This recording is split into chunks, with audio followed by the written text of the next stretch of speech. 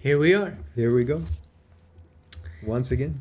back on a Monday to talk about the 33 strategies of war, specifically strategy number 12, which is to lose battles but win the war. And Robert Greene is calling it the grand strategy.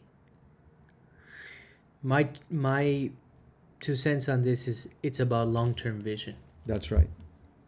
Maybe sacrificing a pawn because you're going to win the game. You're going to be able to eat a more valuable piece. Correct. How do you feel about long-term vision? When you're somebody that thinks long-term, when did you start to do that? Ever since I can remember, man. And I don't want to take the credit for it. My parents are the ones that instilled that in me. Maybe even a little too much. Too much of anything is bad, right? The extremes are not good. But I think it had to do with culture. We came from Cuba. We got kicked out of Cuba by Fidel Castro, all that stuff. And then when we got to America, they were just thinking about the future and also tomorrow. And they instilled that in me from childhood.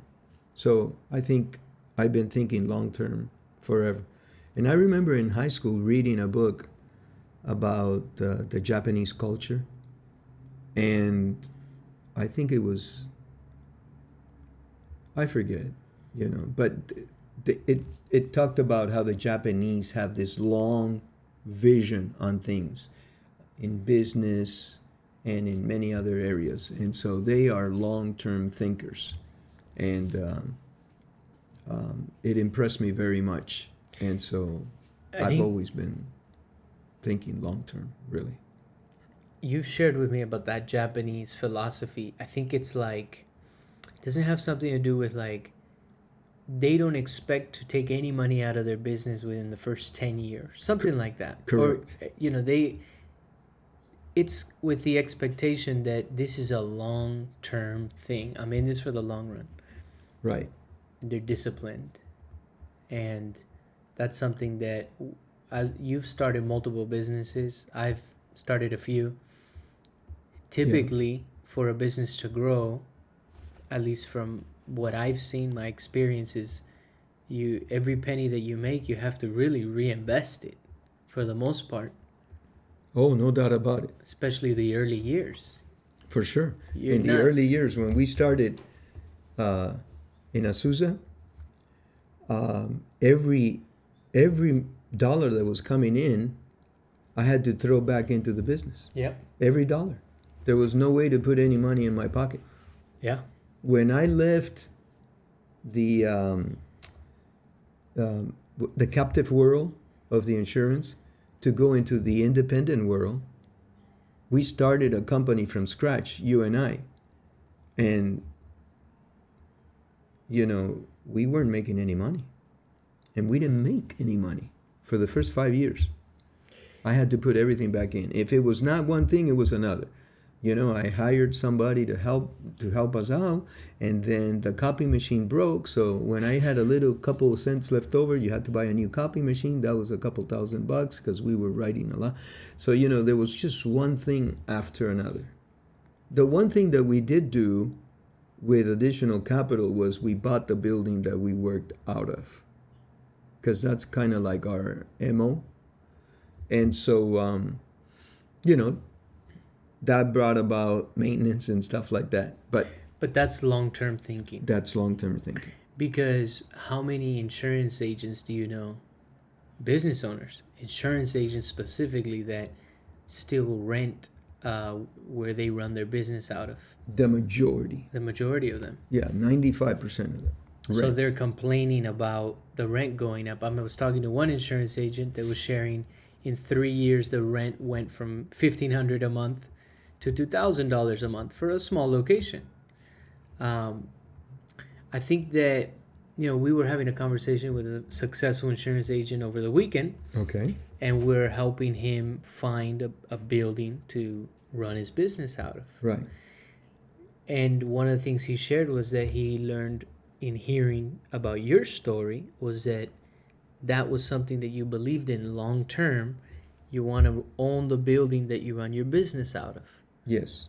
And so I think that that's sacrificing today for a better future. Mm-hmm. That's what this whole strategy is about. You let's say lose the battle, you're sacrificing income that you could be spending on other things to invest in, let's say, a building, but now you own something, a piece of property that you can either pass on or you can keep forever, you can rent out. I mean, you have a lot of options. And I'll never forget one time I was driving down a major boulevard near where you had your business, and I remember seeing a restaurant that said, "Thank you for 40 years, but our lease is up." I remember that. It was a Mexican restaurant, and I thought that was On a main boulevard. very impactful for me because that made the connection. You always taught us and our grandparents that, in Cuba, the land was taken by the government, so private property was taken over by the government eventually. And so we learned that here the idea is that you own your land, your property, and And the government cannot take it away from you. correct, with a few exceptions. Like Eminent domain. Eminent domain. But these are long-term strategies. Right. And so I think Greene, he talked about the prudent man, which I didn't really know what that meant. Mm-hmm. So I looked it up. Somebody who is prudent is somebody who is marked by wisdom, judiciousness. They are careful in their planning, and they're wise. They're thinking long term. That's what I looked up, was a prudent individual. And he says we should be prudent. Yeah. There's a lot of stuff I want to say. Say it. The one thing that, if I can impress upon everyone, is that you need to be flexible. You need to be light on your toes. You need to be nimble. Because I almost lost a huge opportunity because I tried to stick to my MO of owning where I was. And you know the story. We were together in Azusa, and then this opportunity for a very, very good middle-sized kind of agency came up. One of the requirements was for me to move into that location and pick up the lease of that gentleman. You remember very well, right? Mm-hmm. Yeah. Because he had how many years left? At least 7 years. In the lease. In the lease. So you're leaving a building that you own to go rent. To go rent. That was hard for you. Huh? That was very difficult for you. It was very difficult for me, but the opportunity to get that agency was tremendous. So what happened, just to share with our viewers, was that initially I said, no, I'm not moving from my location. I own my building, and I really liked that building. It really was nice. And so I told the gentleman, the owner, no, I'm not moving. And then he said, well, I'm locked into a 7-year, it was 7.5 years. I'm locked into a 7.5-year lease here. I can't sell you my business, and I'm going to get, you want to pay for the 7.5 years plus the penalty? If you want to do that, then we're in business. And I said, no, I don't want to do that. And he said, well, then, I guess the deal is off. And I said, all right. And I said no to that. And about 4 or 5 days went by. Oh, wow. But it ate me up inside because I finally decided, what am I in love with? This 2x4s and sheetrock and this building. Why am I doing that? This is a tremendous opportunity. So I called him back. It was like 4 days had gone by. And I called him back and I said, hey, buddy, I'm in. I'll go into your agency. And he says, well, because you said no, now I've got 2 other people interested in the agency. And it was the loss ratio was excellent. He had been there 40 years. It was his baby. He took care of it, his eyes. And so now I had competition. So to put it, long story short, I asked him, do you have any concrete offers? And he goes, no, nothing yet. And so I went back and I typed up a letter of intent. And within 20 minutes, he had a letter of intent with proof of funds. And he says, okay, we'll do business. And then that started the negotiating, and it put the other two people on a back burner. But that would have been a big mistake. And that's where I say flexibility should come in and analyze the situation that's at hand. Take advantage of the moment and put yourself into, because I wanted to stick to the MO that, no, I'm not, I own this building. Why should I move and rent? And I don't want to rent. And so I would have lost a tremendous opportunity. Yeah. Yeah. So thank God that you were able to piece that back together. That was close. because to let everybody know, that opened up a lot of doors in the area, because it showed people that we could pull the trigger and close. Right. And you were there right alongside me. So Now, that was a learning experience. Oh yeah. Now that is what Greene is talking about. I mean, I gave the example of this successful insurance agent that we met with over the weekend that wants to buy the location because he's thinking long term. Correct. Instead of paying out rent in multiple locations. However, like you said, you have to be flexible. In this particular circumstance, that didn't apply. Long term, you had to adapt. Kind of like he's saying Alexander the Great was completely throwing people off. He was unpredictable because when he had acted very swiftly and fast in certain circumstances, everybody was expecting him, all of his army and the people, I guess they were Greek. His generals. The generals were expecting him to move swiftly again, and he took time to allow his people to regroup, gain strength, figure out strategically how they were going to conquer the Persians. And that for me was really interesting because I knew of Alexander the Great, but the way that Greene described his conquest of Persia and going into Asia Minor and zigzagging his way through strategically to attack specific ports and towns and winning the hearts of the people that were under according to Greene, oppression. Of course. Yeah, the Persians, I had always heard Cyrus the Great, but it was under Darius, right? It was under Darius. Yeah, so it wasn't, because I had heard Cyrus allowed people to practice their religion when he conquered them. Well, I've read that, and that was one of the things that made him the Great. Okay? But Darius was the one different. ruling Yeah, Darius was ruling now. Persia. Yeah. So it's very interesting because Alexander did exactly the opposite of what his generals thought. So when King Philip II passed away, okay, because he was killed, okay, by a nobleman that was disgruntled. And this is the beauty of Robert Greene, because he does so much research. When I'm reading it, sometimes I feel I can see it.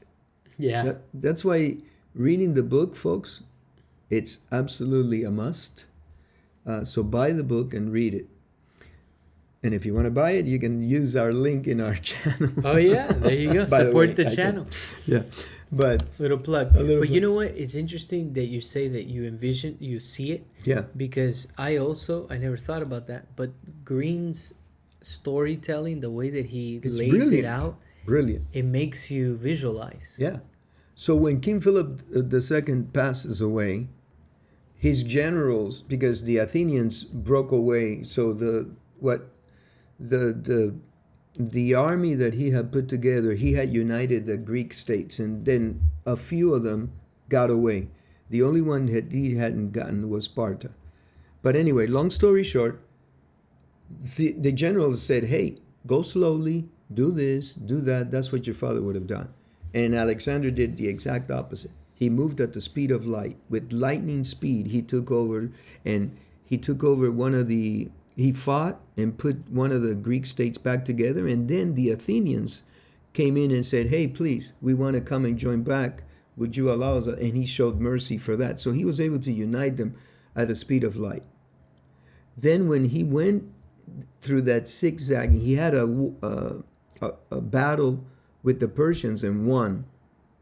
And then the general said, hey, you should go gung-ho and continue moving forward. He didn't. He put on the brakes. So he was doing exactly the opposite of what his generals were telling him to do. Right. Because he had that long-term vision that you're talking about. He conquered Egypt and took away the grain from the Persians, because Egypt was very, very wealthy in the food supply. And so he took that away from them, and then he conquered different ports, which were little battles that he won. But then he took the ability of the navy, which the Persian navy was the best at his time. So he kind of dismantled, so when he ended up fighting the final war, Robert Greene says, hey, it was just a logistic matter because he had already won. Wow. And so when his generals, after the fact, saw the entire plan, they thought he was a god. So it was very, very smart. And one of the things that we need to remember is that he was trained in the military, in the arts of the military. He was supposed to be taking over for his father, who died prematurely. So he came in at the age of 18, I think. And the other thing is that Aristotle was the philosopher that was also training him in the other fields of philosophy and art and all this stuff. So he had this visionary look to the world. He was brilliant. He was the Napoleon of his time, right? Another thing he did was he was a great politician, apparently. So it wasn't just pure strategy in battle warfare. He also was able to win the hearts. Yeah, it's amazing. Of the people. Yeah, because he was the benevolent ruler. That's how he was seen. That's very different than being under an oppressive ruler. Yeah. So people wanted to be ruled by Alexander the Great. That's right. This is, with history, you always have to read different sides, but I know Greene does a lot of research. Oh, my God. Like you say. He does all his homework on behalf of us. We get the pleasure of all his research. Yeah. It's incredible. One of the things that's important in this strategy of thinking long term is to not get caught up in emotions. And that seems to be a recurring theme on these strategies. Kind of what you talk about often, like the stoic approach. Because if you get caught up in emotion and just reacting, you're not able to think long term. Sometimes you have to distance yourself. And over the years, I've gotten better, but that was always very difficult for me. Yeah. I think it's difficult for all of us because we have that animal-like right. instinct. To react, right? To react. Yeah. Yeah. But we have the ability to strategize. And it's difficult because sometimes strategy means taking a loss in the present state. For sure. We were talking about it this morning with my siblings, right? It's like to build a successful business, it takes sacrifices. And what are those sacrifices? Well, a lot of the things that come up are if you have children, time with your family, time with your children, time with your spouse. There are extremes where some people there is no balance and all the time is spent in the business. And so the family gets sacrificed, right? But then you have a, let's say, successful business that's generating a lot of income. Can you repair some of those things with your family? We know a gentleman that told us that. He said, I wasn't around for my daughter. I think he said, I don't remember if he said, I wasn't around her first 18 years, something like that. And I remember hearing it. He was just so focused on the business and growing it and making money that his eldest daughter, he wasn't around for, but he made a promise to not do the same thing with his younger kids. So the eldest daughter was sacrificed. And so was the marriage. This is his second marriage now. So it's, we're not judging No, at all. no, We're not judging. We're just throwing out. What's real life because scenario. And there's another guy that we know with a tremendously successful insurance business that told us, I'm making up for lost time. And when I hear stuff like that, I want to, since he threw it out and I didn't understand because he was talking to you and I came into the conversation, so I didn't have the context of the conversation. I had stepped away and then came in, and then I hear this, I'm trying to make up for lost time. What had happened is that for the first 4 or 5 years of his daughter's life, he was gone continuously. He was never there. And he was quite aware of that. And his wife was taking care of the baby, his little girl. And now, I think it was the first 4 years of her life, or 4.5 years. And then he says, now I'm making up for lost time. I'm making sure that I spend time with my daughter. Now, the other gentleman that you had mentioned said, I forget what he said, 20-year-old daughter or something like that. She's going to go to college, or 19-year-old, but I really don't know her all that well. Yeah. Because for the first 18 years, I wasn't around. The kids has to feel it. For sure. So everybody's struggling to find the right balance for something like this, especially if you have a successful business and you have kids. So what would you do? You're a 66-year-old man. You've had your own businesses. You continue to have your own businesses. You also have a family. How did you do it when you were building your business? How did you balance it? And would you have done it any differently? So one of the most important words in my life is delegation. Learn to delegate. So what I would do is I would pick key people that I could trust and empower them with training and give them the ability to make decisions. And that was very difficult for me to do. But I realized that you cannot be in 2 or 3 places at the same time. And I also realized early on that if I was going to write every policy that came in through the agency, I wasn't going to have a life. Because for good or for bad, I was very, very successful from the point of view that I got extremely busy writing new business right from the moment I started, because I was always marketing. So there was not enough time. I couldn't market and go back to the office and write the policies And service the customers. And so I realized that I needed a team. So that's how I balanced things. And would you? So you delegated. I delegated to Would you do it people. any different, or do you think that is the right way to do it? I think that's the right way to do it, because we also know of a very, very successful businessman that goes into his office, like at 7 in the morning and doesn't come out till 7 at night. So he spends usually 12 hours, or He doesn't delegate. he does not delegate. And he loves what he does, and he's also got a family, and I think he has 2 daughters. And so, but I think I'm happy with the way I did it. And let me tell you, it was a struggle, and it was a learning experience. And I bumped into a lot of walls, okay? A lot of walls.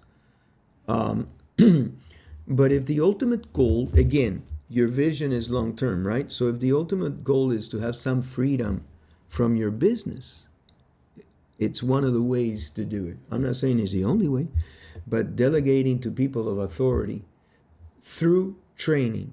You train them, you create processes in place that should be followed. That way everybody knows, you know, to what extent, because, you know, you're not going to write everybody in the world. You're going to have to underwrite, just like banks do. Commercial bankers, right? They underwrite the loans. They have these guidelines, right? Yeah. Well, the same thing for your business. I don't care what it is you're selling. Air conditioners. You're selling tractors. You're a construction company. It doesn't matter. You have to be able to, if you want freedom to spend with your time, with your family, then you're going to need to delegate, is what you're saying. That's what I'm saying. Yeah, because it's a difficult thing that a lot of that younger fathers, mothers are trying to figure out. How much time do they spend on building the business, and how much time do you spend with your family? It's a difficult It's not a difficult conversation, but it's the answer to this question is different for everybody. Yeah, because it depends where you are. If you devoted the first 20 years of your kid's life to being with them, and now they're all in their 20s, and you're a young father, they go all, you know, frayed out. Yeah. So it's difficult. But long term, I remember one time I made an offer on an agency, and I wanted that agency. And it was a compound kind of thing. There were two agents in there. One had a great book of business, the other one not so. And I knew that I was going to get hurt by buying this agency initially. I knew it was going to hurt me, okay? And I still bought it because I believed that long term I would be able to make it work. And some of the perception that it provided the local community was that I was able to pull the trigger and buy an agency, okay? And so the word got out and more opportunities came. Yeah. But I knew that by buying this agency, I was going to get hurt, and I did. I did get hurt for the first few years. And then we turned it around. Well, I mean, you knew it and you still did it. And that's what I think long-term strategy is like understanding that this is likely to happen. These are the potential outcomes. And some people, start doing exceedingly well right from the beginning. Very few. Very few. I don't know that many that have done exceedingly well from the beginning. It takes a little while, I think.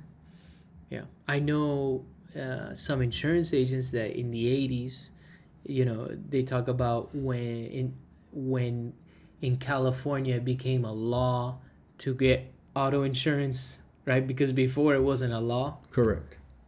All of a sudden there were lines around the building. We know of that.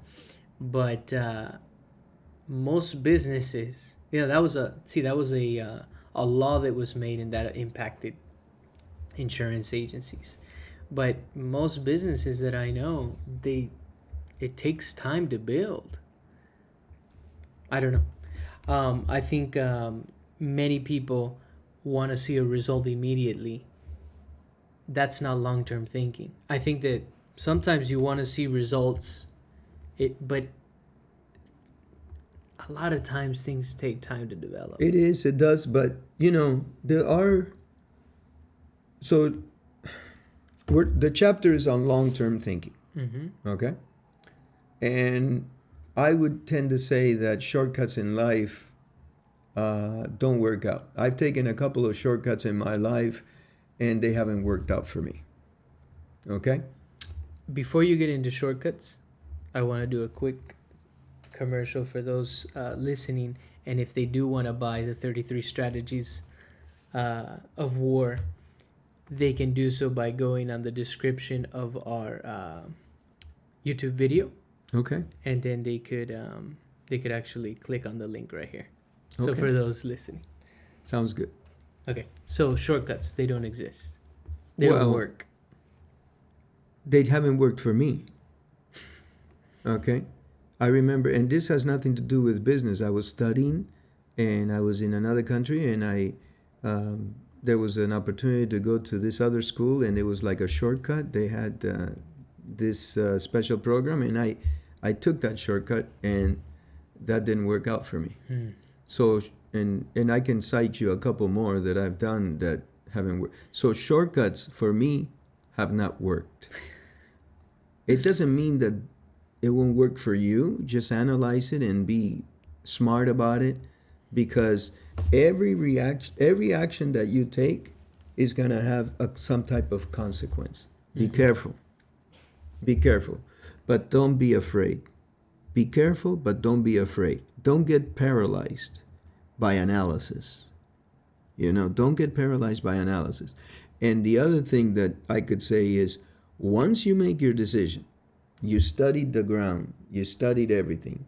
Like, I knew I was going to get hurt with that agency, but I decided to buy it. Once I bought it, there was no looking back. It's just moving forward. And then as the problems arose, that I knew we were going to have multiple problems, I didn't know exactly how many or what they were, okay? Because there were skeletons in the closet, let's say, right? But we dealt with... It's too late. It's too late. We dealt with them as they came on.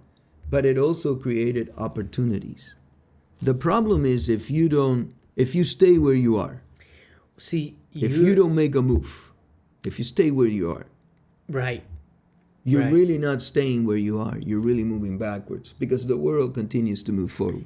You took a chance. It hurt you initially for some time. That's part of learning. One of the things that this strategy talks about, it says create a plan ahead, control your emotions, and take action.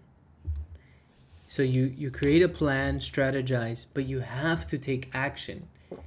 You can't just be, like you said, analyzing and never take that action. And sometimes you will make a mistake. But you did it. Now you know it doesn't work that way. No. In that particular instance. Yeah. You have to take the risk, I think. And look, I'm 66, so I'm older. There's risk right now that I'm not willing to take. Sure. Because I'm more, let's say, prudent. So, in the sense I'm more careful, right? Wiser. Let's hope so. But there's some risks that I'm not willing to take today. So what happens in that scenario? It creates an opportunity for somebody else that's willing to take that risk. Yep. And we've seen it. You took a couple of risks that I wasn't willing to take, so I didn't follow you down that road. And you ended up coming out okay. You did. You came out okay. It could have been a lot worse. You came out all right. It's part of the learning journey. We're talking about a property that I wanted to buy, and I did end up buying it with a partner. Not with me, though. Not with you. And we attempted to flip it, fix it, and sell it. And we put it on the market, and it didn't sell. Right. So my partner on that deal bought me out. But, I learned so much in that process. We did. We did, because you also were there. Even I wasn't your partner, but I was. You were there. I was nosy. Yeah. Inquisitive. You were there. You wanted me to succeed in it. And I did, because I learned. And my partner was generous and, yes. and a fair man. He was in a position to... Yeah, and he was in a position to absorb a lot of what came afterwards. Correct. Which would have really, really hurt you. Oh, yeah. I think. Yeah, I think so, too. Do you agree? Yeah. Okay. So you took a risk that I wasn't willing, and this is what happens. And this is why this dynamic between father and son works. Because he has the flexibility. And I'm here to say, folks, I have learned a lot from my son. A lot, And if you stay rigid and tight as you get older and set in your ways, it's not the recipe for success. You know, don't let your ego get in the way. It's not because it's you, and you know, I've learned a lot from you. And if his head gets inflated, you know, nothing that a couple of slaps can, you know, bring him back bring down me to back earth. down. Yeah, but that's the beauty of it, Yeah. you know, and mutual respect. Another very interesting mutual respect for sure. Another very interesting story that Greene brought up, history, was Hannibal. Hannibal was going into Rome, and he was in Italy, and he was a force to reckon with for the Romans. My goodness. And this specific general, Scipio Africanus, figured out Yeah. how to basically disarm Hannibal. Yep. And he said, look, instead of fighting him here, I'm going to go attack Carthage, where he was from. And sure enough, he did. It was a major battle. And Hannibal had to retreat. He had to come back. He had to leave Italy to go to Carthage and defend his homeland. And defend his homeland. And the Carthaginians never were a threat again to the Romans after that. So he essentially disarmed them. You know, they were too weak at that point. Oh, he destroyed them. He destroyed them. He burned the city to the ground. And Hannibal was apparently one of the closest to be able to potentially take out the Romans. Oh, by a hair. They missed it by a hair. Wow. Yeah. It was the biggest threat the Roman Empire faced, I think. Yeah, it's tremendous. So that's an example of having a vision, a strategy, and a plan, and not getting caught in the emotion of, oh, we're going to attack him here. He's in our land. Let me go make him retreat. Right. That's a strategist. I thought it was really cool. I like how Greene gets into the Aesop's fables, and he talked about the wild boar and is it the fox asked the boar, why are you constantly sharpening your tusks against the tree? And the wild boar responds, because if I'm ever in danger, I'll be ready. My tusks will be sharp for the enemy. And the idea is that you always have to be ready, on your toes, like you said, analyzing the terrain, but be ready. In soccer, that's what they would tell us. Be on your toes, because you don't know if the ball's going to be passed to your left or to your right. If you're on your toes, you're able to pivot very quickly. But if you're flat-footed, that's one of the worst things you can do in soccer, because it's going to take you a millisecond or a half a second to get on your toes and then pivot, and you've already lost the ball. So you have to constantly be, that's why you see the soccer players, right? Bouncing on their toes. So if I pass you the ball and you're a few feet away, I'm going to be like this, waiting for the ball back. It's going to go this way. It's going to go that way. I thought that was really cool. It is cool. Being ready when danger appears. Right. Yeah. No, I mean, it's tremendous. And he gives a lot of examples. Like he gave the example of the Viet Cong. Oh, yeah. Yeah. You know, it's really interesting. I mean, the Vietnam War was the first war that was televised. And the Viet Cong were smart enough to fight the war in different planes, let's say.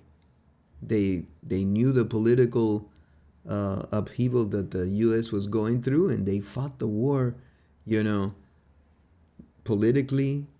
They hit sites that were on the television spectrum. Knew were going to be on TV. They knew. And they understood the culture in America was having a conflict. Yes, with the war. A lot of protests. People didn't want that war.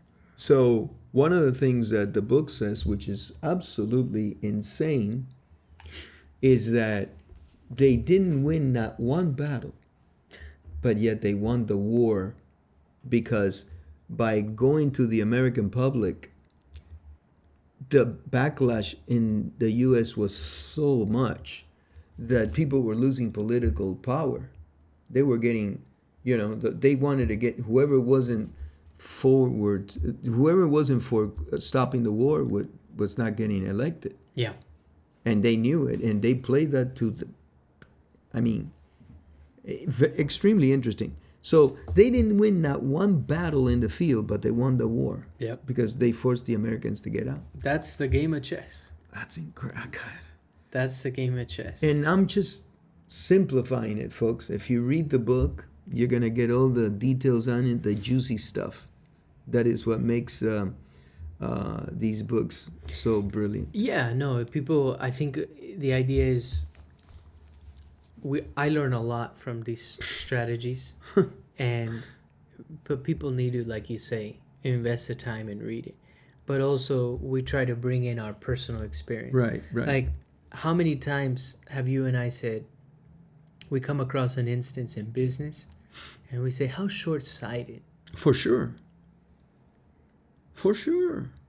An individual telling us that the landlord is suing him, going after him because of a small amount in the whole scheme of things, a small amount petty of money. Stuff. How short-sighted. Oh. Because relationships matter.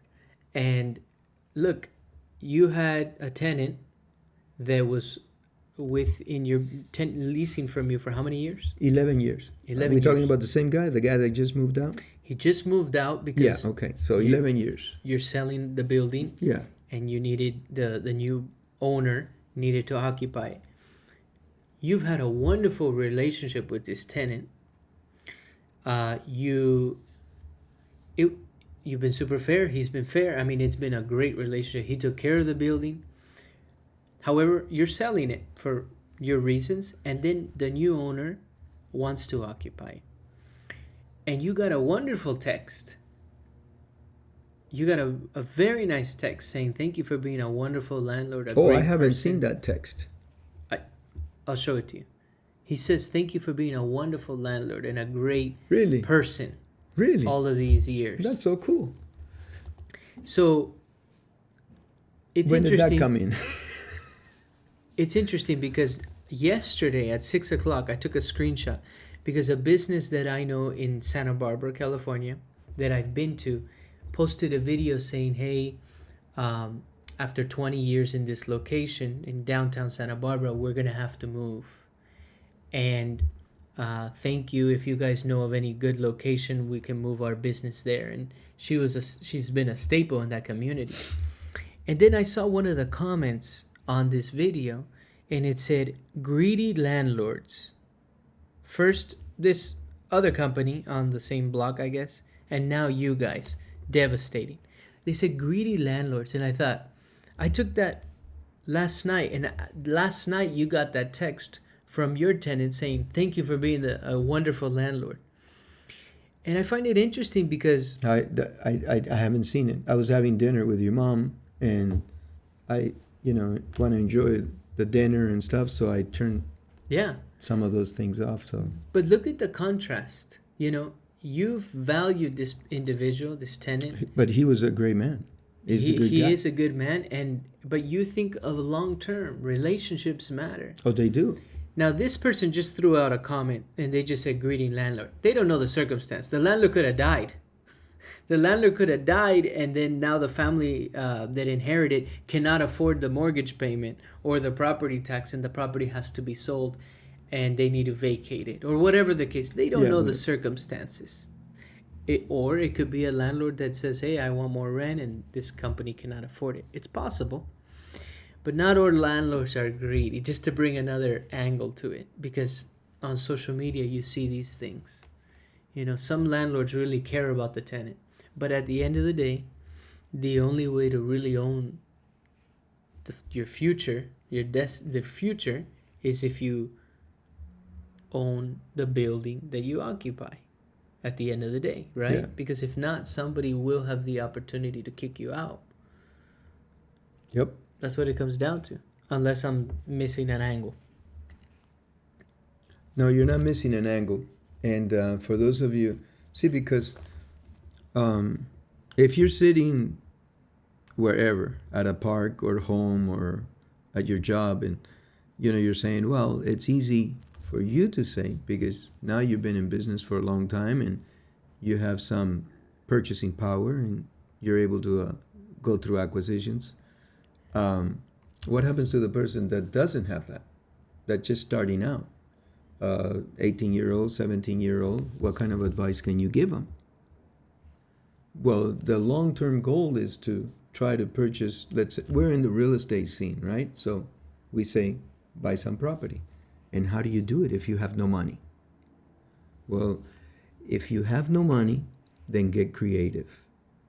Come up with an idea. Present it to an investor. The investor has money. Get a percentage of whatever property you're presenting or whatever, and start there. Save your money. Yeah.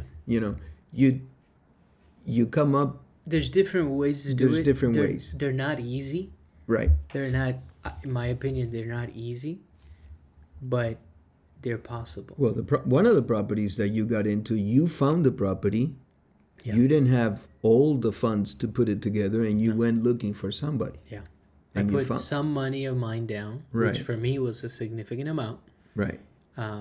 But it wasn't enough to buy the property, so I had to partner with somebody. Right. Well, I forget. We talk to a lot of people daily, and somebody said the other day, 10% of something is better than 0% of something. Remember? I don't remember who. 0% of 10% of what, like $100,000 is better than 0% of $1 million. Yes, that was the comparison. And, I was thinking, well, that's, of course. But the idea was, you come up, you offer the idea, and you ask for a percentage. I mean... And if that person says no, go look for somebody else. Yeah. If you believe in your idea and you think your idea is good, go look for somebody else. Because there are people that will not take that risk, like me. I'm in a position right now where I don't want to take certain risks. Yeah. Right? But that creates opportunity for people like you or whoever. All you have to do is have ganas. Yeah. Translate that, The desire. The desire. Greene talks about your life's tasks. He references, is it Nietzsche? Nietzsche. He references him. He says, don't be afraid to be bold. Your life's task will inspire and guide you.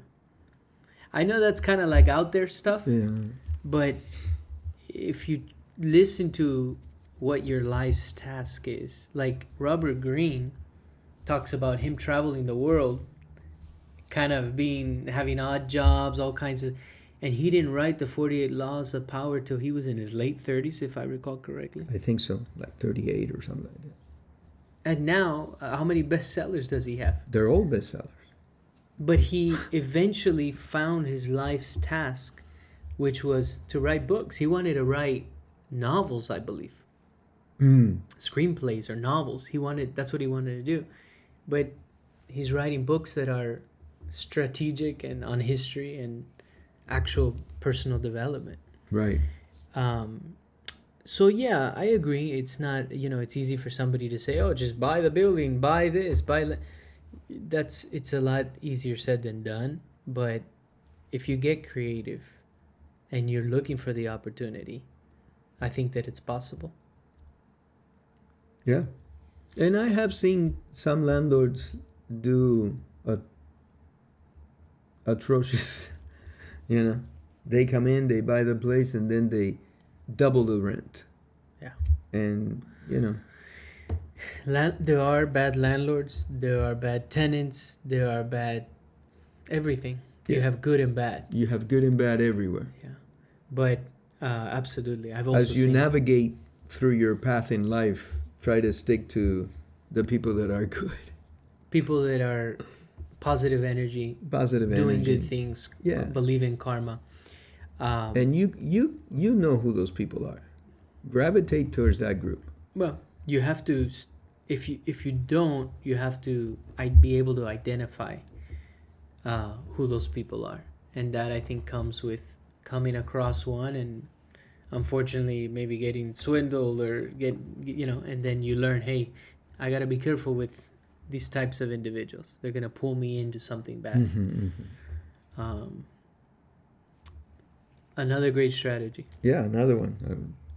Really good. I enjoy this one very much. The grand strategy. The grand strategy. Anything else you'd like to Lose throw the in? battle to win the war. Yeah. That's really cool. Yeah. No, we're good. Okay. All right. Thank you.